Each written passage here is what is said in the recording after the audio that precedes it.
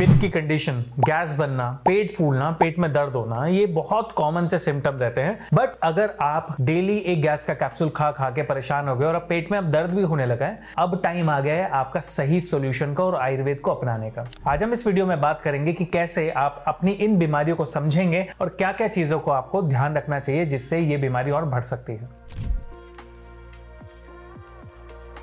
स्वागत है आपका तुलसी आयुर्वेदा में। मैं डॉक्टर अंकित अग्रवाल। आज हम बात करेंगे आपकी पित्त की समस्या के बारे में। पित्त होता क्या है? सबसे पहले जरूरी चीज है पित्त को समझना। कई लोग सोचते हैं कि पित्त वो है जो हमारे मुंह में खट्टा पानी आता है, खट्टी डकारें आती हैं, पेट में जो जलन होती है, जो एसिड बनता है वो पित्त होता है। बट आयुर्वेद ये नहीं बोलता। ये जो पित्त है ये वो है जिससे बीमारी होती है। पित्त वो होता है जो आपके शरीर में अगर सामान्य मात्रा में रहे तो सबसे पहली चीज वो आपका सही पाचन रखता है, सही डाइजेशन रखता है। उसके बाद जो आप खाना खा रहे हैं आपके शरीर में कितना लग रहा है, कितना एब्जॉर्प्शन हो रहा है, वो चीज पित्त का काम होता है। वो एक खाने से जो बाकी एनर्जी बनती है वो काम भी पित्त का होता है। तो सामान्य कार्य जो पित्त का होता है वो ऐसे काम करता है। बट अगर पित्त गड़बड़ हो जाए, बढ़ जाए, आपके शरीर में कम हो जाए तो जो आप खाना खा रहे हैं पहली चीज वो पचेगा ही नहीं। दूसरी चीज वो जो आपने खाना खाया है आप कितना भी खा लें, चाहे आपको भूख बार बार लग रही हो, वो आपके शरीर में न्यूट्रिशन देगा ही नहीं। आप खाना खाते रहोगे पर फिर भी आपका शरीर कमजोर है। तीसरी चीज जो कन्वर्जन होता है, जो एनर्जी आनी चाहिए वो एनर्जी भी नहीं आती। आपको खाना खाते ही नींद आने लगती है, आपको खाना खा के और ज्यादा कमजोरी लगती है, या खाना आप खा रहे हो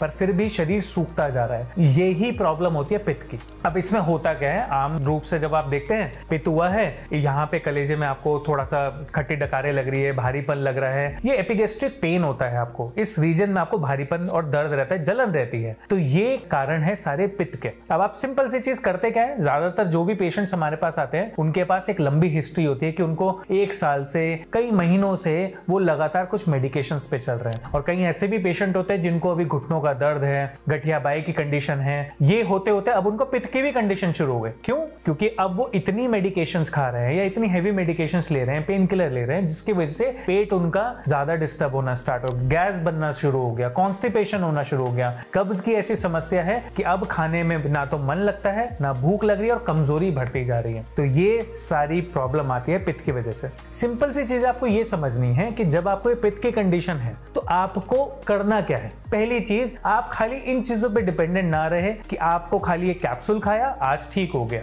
डेफिनेटली आपको आराम जरूर आएगा उससे, बट क्या वो परमानेंट सॉल्यूशन है? हमेशा समझने की ये कोशिश करें कि ये बीमारी हुई क्यों है, रेदर देन कि हम ये बोले कि आपको आज गैस बनी है, एक कैप्सूल खा लो सब ठीक हो जाएगा और कुछ भी खाते रहो। कुछ भी खाते रहो गलत तरीका है। आपका शरीर आपको यह बता रहा है कि अब आपको अपने शरीर का ध्यान रखना है, क्योंकि अब आपको गैस बन रही है, एसिड बन रहा है और ये प्रॉब्लम आगे जाके बहुत ज्यादा बढ़ सकती है। तो सही टाइम पे सही इलाज करना जरूरी है। वेट मत करें, क्योंकि ये ही कंडीशन आगे जाके आपको एपिगेस्ट्रिक पेन, जो कॉमन सी चीज है, दर्द होना, हार्ट बर्न होना, कार्डियक कंडीशन होना, बीपी बढ़ जाना, पसीने आना बहुत ज्यादा, ये कंडीशन होती है। इसके बाद जो बढ़ती है वो सबसे प्रॉब्लम वाली होती है, जहां पे आपको अल्सर बनने शुरू होते हैं, आपको मुंह में हमेशा छाले रहते हैं, आपके गले में हमेशा खराश रहती है, आपकी आवाज भारी होने लगी है, आपको भूख बिल्कुल नहीं लगती, शरीर बहुत कमजोर हो गया है, ये कंडीशंस आती हैं। तो इन चीजों को समझना बहुत बहुत जरूरी है। जब अर्ली सिम्टम हो अपना इलाज तभी शुरू करें, सही तरीके से करें तो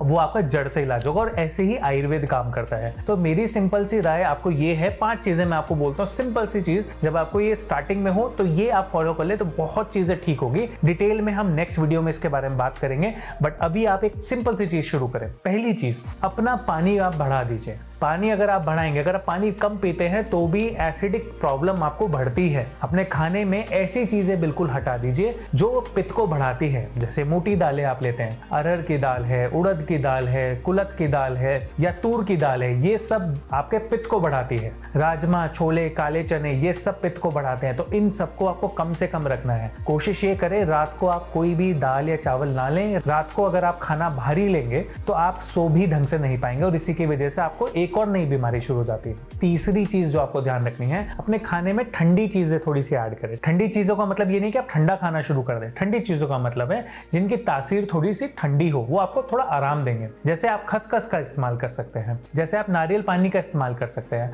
आप कोकोनट का तेल, नारियल का तेल आप इस्तेमाल कर सकते हैं। आप ये चीजें लेंगे तो ये भी आपको बहुत फायदा देगा। अब जैसे सर्दियां हैं, सर्दियों में आप बहुत ठंडी चीजें नहीं ले सकते, बट खाना ऐसा जरूर खा सकते हैं जो बहुत ज्यादा गर्म ना हो। अब सर्दियों में गर्म चीजें ज्यादा खाई जाती हैं, ड्राई फ्रूट्स खाए जाते हैं, घी बहुत ज्यादा खाया जाता है, तो इन चीजों को आप कम कर दीजिए। मीठी चीजें आप ले सकते हैं, बट अगर वो ड्राई फ्रूट्स या बाकी चीजों से बनी है तो हेवी हो जाएगी, तो वो भी आपको नुकसान देगी। चौथी चीज जो आपको ध्यान रखनी है कि आपको अपने डाइट का फिक्स पैटर्न बनाना है। किस टाइम आपको खाना खाना है ये फिक्स करना जरूरी है। आप ब्रेकफास्ट किस टाइम कर रहे हैं, लंच किस टाइम कर रहे हैं, डिनर किस टाइम कर रहे हैं। डिनर को अर्ली करना शुरू करें और हल्का करना शुरू करें, ये जरूरी है। पांचवी चीज, डेली एटलीस्ट 30 मिनट एक्सरसाइज करना शुरू करें। एक्सरसाइज से होगा क्या, जो आपके शरीर का सर्कुलेशन है, जो मेटाबॉलिज्म है, वो धीरे धीरे एक्टिव होना स्टार्ट होगा। जो आपकी अग्नि है वो धीरे धीरे शांत होना स्टार्ट होगी, खाने को पचाना शुरू करेगी, और जो आप खाना खा रहे हैं वो आपके शरीर में लगना शुरू होगा। कई सारी कंडीशंस ऐसी होती है कि आप खाना बहुत कम खा रहे हैं फिर भी आपका शरीर फूलता जा रहा है। फीमेल्स में बहुत सारी ऐसी प्रॉब्लम होती है, तो नेक्स्ट वीडियो में मैं आपको इसके बारे में बताऊंगा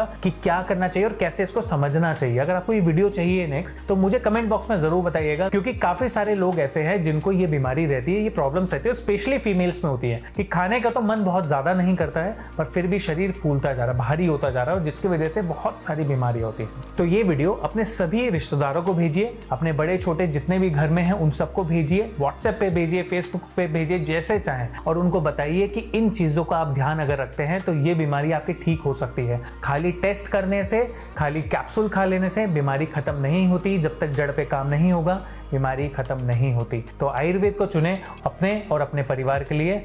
थैंक यू।